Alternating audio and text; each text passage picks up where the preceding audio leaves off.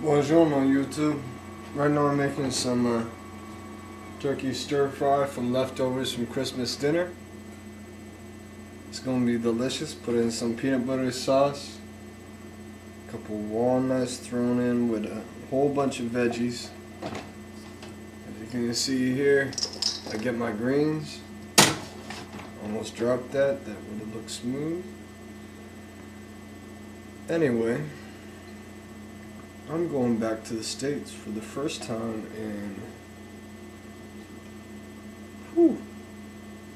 let's see, I left here, I came here in August, which is the 8th month, right?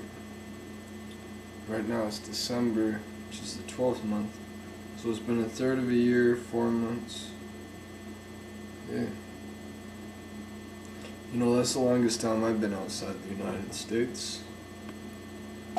And it feels great. You should try it too. Good for your heart. And, it'll be weird though. Because, I mean, a lot of people are going to be like, what the fuck? Here's the thing. I didn't know my move date. And, my dad, he's on a whole bunch of medications. For his heart. He's really sick in the heart. And when we left, it was pretty much in a rush. I had my boy Mike helping me out with moving. Not out of the goodness of his heart. He was getting paid. In fact, I went broke paying him. But you see, we had to leave in such a rush because my dad's his meds were acting up and whatnot. So, Boy. What? nothing, I was just talking to the computer. Owen? What? Don't you know that I'm trying to... What, it wasn't plugged into anything? I know, Owen, but I restarted it. I need to use it now, okay? What?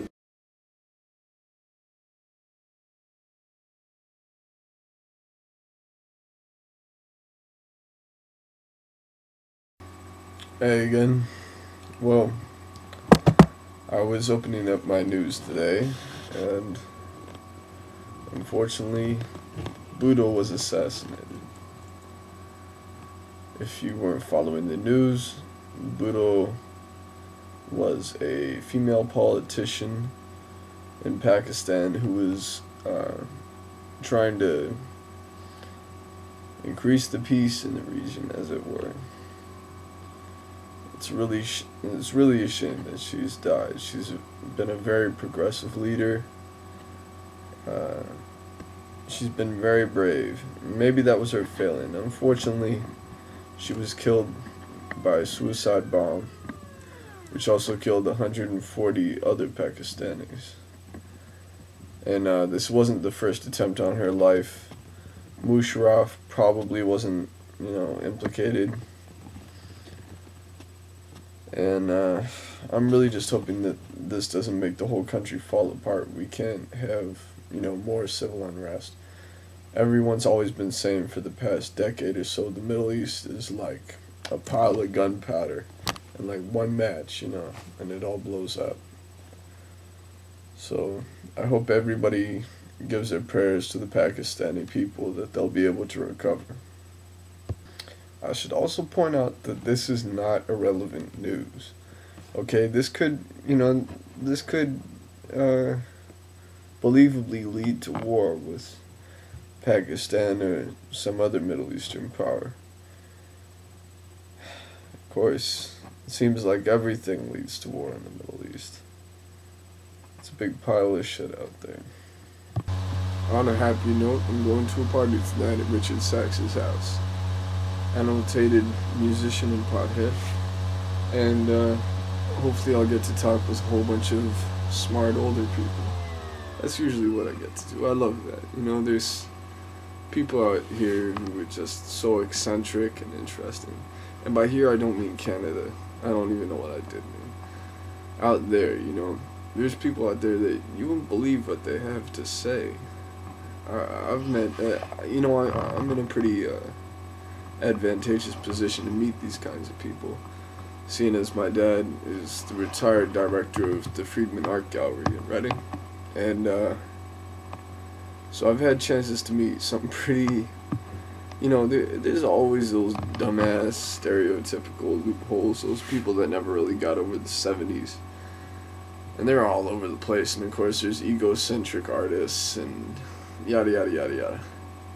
But you know, my dad knew who was smart and who was bullshit, and I've gotten to meet some really fantastic people, and tonight I'm going to a really influential musical artist place for a party. So what that means is a whole bunch of artists and businessmen, thinkers, philosophers, that sort of folk. They'll all be at this place, blazed up and willing to talk to me as if I was their own age.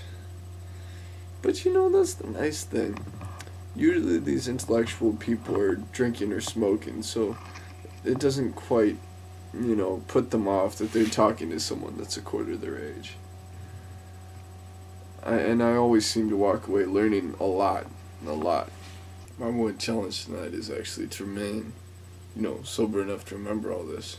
But hey, it is December 27th, which means I have been sober from alcohol for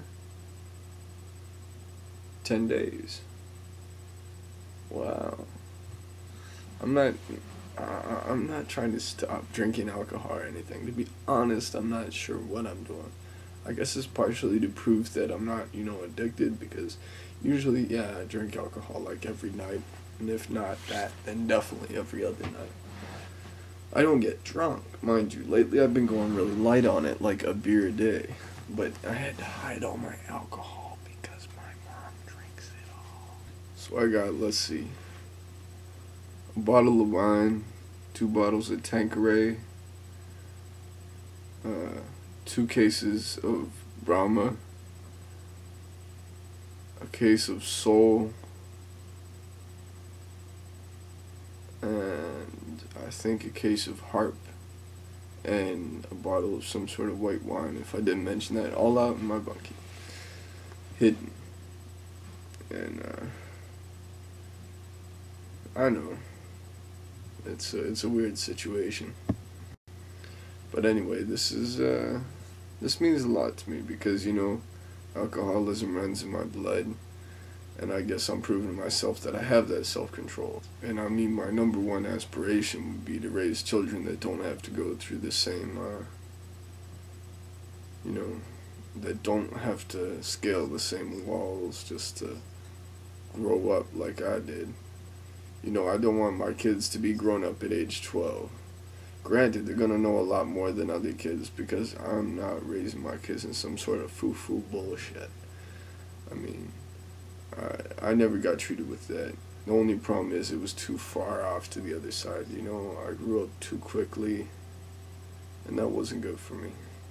That caused me to make a lot of mistakes along the way. And you know, like, I'm becoming more and more confident that my kids won't have to go through that shit, that my kids won't have to learn, you know, what it's like. I ain't even gonna go into all that, but, you know, they're never gonna have to go to the police station. They're never gonna have to, like, sleep outside of their house unless they want to, in a tent. It's music, maybe. And that's a fact. I want kids. I want lots of happy kids, smiling and doing all that good shit that kids do. We're diverse. Anyway, I think that's enough getting to know me for now, so I'll talk to y'all later and let y'all know how the party went. Right on. Stay up. way I was. My nigga M.A. had to carry me home on many days. It was Heineken, Becks, Andres, and E&J. They say alcoholism is in my DNA, cause my pops like to get fucked up the same way. They say alcoholism is in my DNA, cause my pops like to get fucked up the same way.